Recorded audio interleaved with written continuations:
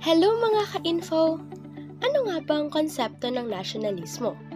At paano umusbong ang nasyonalismong Pilipino sa ating bansa? Ang pag-usbong ng nasyonalismong Pilipino ay isang makulay at mahaba-habang proseso na nagsimula sa pagbabago ng kaisipan at mga pangyayari sa loob at labas ng bansa. Isa sa mga pangunahing salik na nagbigay daan dito ay ang mga kaisipang liberal na nagpasigla ng mga pagbabago sa pamahalaan at lipunan. Kasama rito ang mga pangyayari sa Europa at iba pang bahagi ng mundo tulad ng pagbubukas ng Suez Canal at pagtatapos ng kalakalang galyon na nagbigay ng bagong perspektibo sa mga Pilipino. Gayon din, ang isyu ng sekularisasyon at Pilipinisasyon ng mga parokya ay naging isang sentral na usapin na nagpalakas ng nasyonalismong Pilipino lalo na sa mga nasa gitnang uri at mga lider ng simbahan. Sa kabila ng mga hamon at pagsubok, ang lahat ng ito ay nagtulungan upang hubugin ang kamalayang makabayan ng mga Pilipino at magsimula ng mga pag-aaklas laban sa kolonyal na pamumuno. Ang nasyonalismo ay isang ideolohiya o kilusang politikal na naglalayong ipaglaban ang interes ng isang partikular na bansa o bayan. Ito ay isang damdamin ng pagmamalaki at pagkakaisa sa isang bansa na naghihikayat sa mga mamamayan nito na magtulungan upang makamit ang mga karaniwang layunin. Ito rin ay isang kaisipan na nakabatay sa pagmamahal at pagpapahalaga sa sariling bansa at kultura.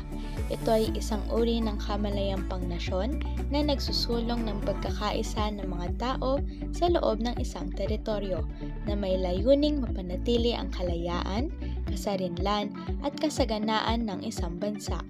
Sa kontekstong Pilipino, ang nasyonalismo ay nagsimulang mag-ugat sa panahon ng kolonisasyon ng mga Espanyol, kung saan ang mga Pilipino ay nagising sa kahalagahan ng kanilang sariling identidad at kalayaan.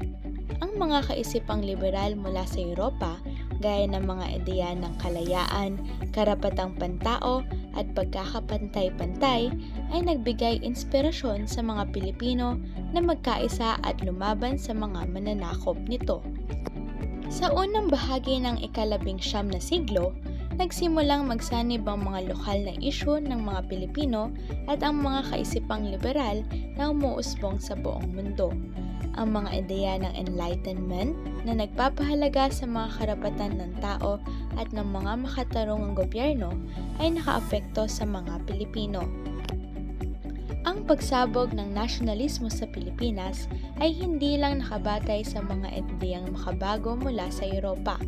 Kasama rin dito ang mga lokal na issue at ang malupit na sistema ng kolonyal na pamahalaan. Isang halimbawa ng epekto ng nasyonalismo sa Pilipinas ay ang pagkakatatag ng La Liga Filipina ni Jose Rizal noong 1892. Isang samahan na naglalayong makamit ang mga reforma at ang pagpapabuti ng kalagayan ng mga Pilipino. Ang mga ideya ng La Liga Filipina ay nagpapakita ng mabuting layunin, ang magtulungan ng mga Pilipino upang mapabuti ang kanilang kalagayan sa ilalim ng mga Espanyol at nagbigay ng inspirasyon sa mga susunod na kilusang nasyonalista.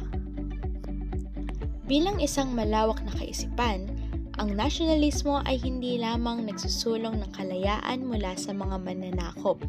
Ito rin ay isang proseso ng pagpapaunlad ng isang kolektibong identidad ng mga Pilipino. Sa pag-usbong ng mga ideya ng nasyonalismo, nagsimula ring magsanib ang mga Pilipino mula sa iba't ibang rehiyon upang makipaglaban para sa isang layunin. Ang mga kilusang nasyonalista sa mga huling taon ng ika-19 na siglo tulad ng Katipunan na itinatag ni Andres Bonifacio ay nagpapakita ng pagnanais ng mga Pilipino na magsama-sama at magkaisa upang ipaglaban ang kanilang karapatan bilang isang bansa. Ang konsepto ng nasyonalismo ay patuloy na nagbago at lumago sa Pilipinas.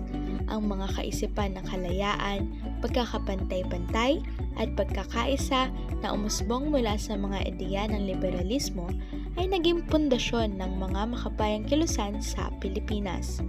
Ang mga ito ay patuloy na nagbigay inspirasyon sa mga Pilipino upang labanan ang mga hamon ng kolonyalismo at itaguyod ang isang bansa na malaya at may sariling pagpapasya.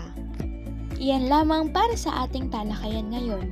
Nawa ay minapulot kayong aral at mga kaalaman patungkol sa nasyonalismo. Gayon din, lagi natin sana itong maisabuhay bilang mga Pilipino. Muli, salamat sa panonood sa My Info Basket. At kung gusto niyo pa ng mga informative videos kagaya nito, please like and subscribe sa ating YouTube channel. Yan lamang para sa ngayon. Salamat sa panonood!